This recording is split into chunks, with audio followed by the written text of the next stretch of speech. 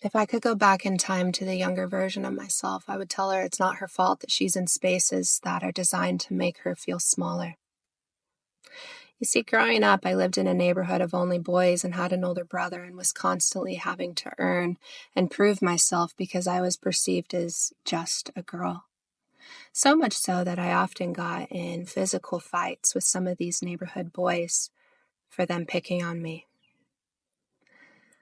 I was in the gifted program growing up, and my first school was really celebratory and supportive of that. But when we moved to a smaller town, it was complete opposite tune. I was bullied by teachers and students for being intelligent because there were only 4 of us. I begged my mom to let me get out of that school because all I wanted to do was fit in and not be seen as different for as different as I felt. Unbeknownst to me that I was autistic. I just wanted to fit in and be seen as a good person. And as I got older, I was constantly told that I couldn't be pretty and smart. And when you're perceived as being conventionally attractive, that comes with a lot of negative perceptions. Being a bitch, being easy, being arrogant or entitled.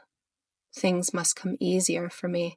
While I can acknowledge my white privilege all day and that I do have lower support needs as an autistic woman, I didn't learn this about myself until just a couple years ago, formally 1 year ago.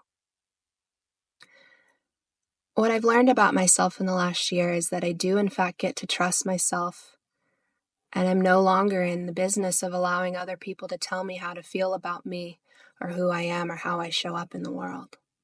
That isn't to say that I can't receive feedback. I'm just no longer going to make myself smaller to make you more comfortable. There's a big difference between someone being intimidated versus me being intimidating. And as I've been traveling, I run into a lot of people that can't seem to understand how I could be doing this by myself, how I afford this lifestyle, that I could in fact be self-employed and I must have help from someone else. I've been told I would do things wrong or that I could be doing them better without so much as a hello, just constantly telling me these things should look different. I need a mobilized jack instead of me doing it manually. I need to get a hand drill for my stabilizers. There's a different way I could hook up my trailer without even asking, as much as if I've done the research. And I can assure you, my dad and I did all the research that was necessary to ensure that I'd be safe. And when I got to this campground, I was told the spots are really small and tight and they are back in, and usually a man does it. And she was going to see if there was a man that could assist me. And I told her she was welcome to watch as I backed into this spot on the first try. And you see, what I've learned through being late diagnosed autistic is that I do in fact love myself and I do in fact trust myself. And I live in a world that is not perceiving me as so, and they are going to perceive me as being small and incapable and not independent, and that I must need someone to live the life that I live. And that has nothing to do with me and is not my business.